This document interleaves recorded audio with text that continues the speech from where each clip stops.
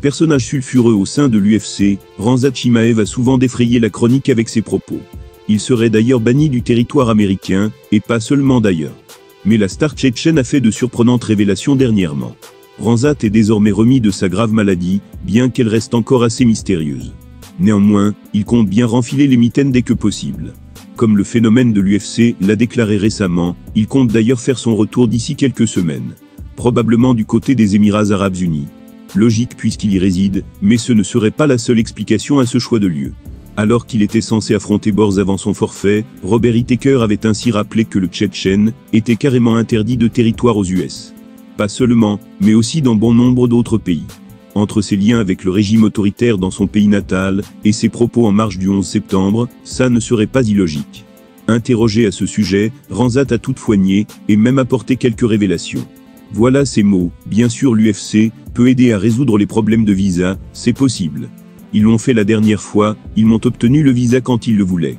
Tout le monde dit qu'on m'a refusé un visa, mais jusqu'à présent, nous n'avons pas fait de demande de visa. On m'a dit d'attendre, et de me battre dans les pays arabes pour l'instant, et j'attends. Comme tout le monde s'en souvient, récemment avant l'UFC 300, on m'a offert un combat pour me produire à Las Vegas. L'événement principal de la soirée, c'était contre Léon Edouard. Ensuite ils ont pu m'obtenir un visa, pour que je puisse combattre là-bas, en cas de besoin. Quand il le faudra j'en obtiendrai un, on peut dire que les affaires marchent. À en croire The Wolf, toutes ces rumeurs à propos de ces problèmes de déplacement, ne seraient donc justement que des rumeurs. Au contraire il aurait même été à deux doigts de participer à l'UFC 300 en avril, qui est depuis entré dans la légende. Mais il en faudra plus, pour convaincre les fans, alors qu'il ne s'est battu qu'une fois en près de 2 ans. Lui qui avait pourtant fait des débuts fracassants au sein de l'UFC. Khamzat Chimaev le dit clairement, il n'est pas interdit de territoire aux États-Unis. Et il pourrait tout à fait y combattre dans un avenir proche. Le problème c'est que Borz est le spécialiste des forfaits, et qu'on a désormais du mal à y croire quand l'UFC annonce son prochain combat. Que ce soit aux US ou ailleurs.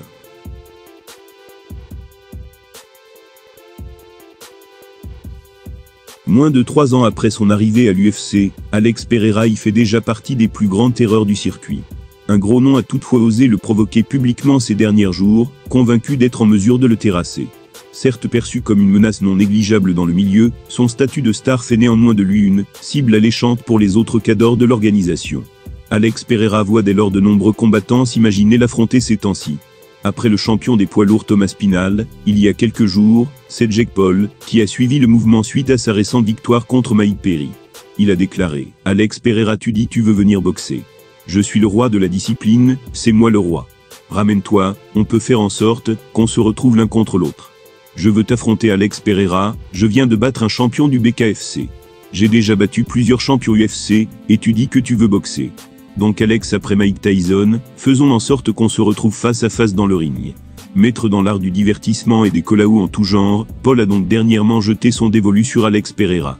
Et ce, en se basant sur les récents tweets du Brésilien dans lesquels il déclarait son intérêt pour rallier un jour le milieu de la boxe.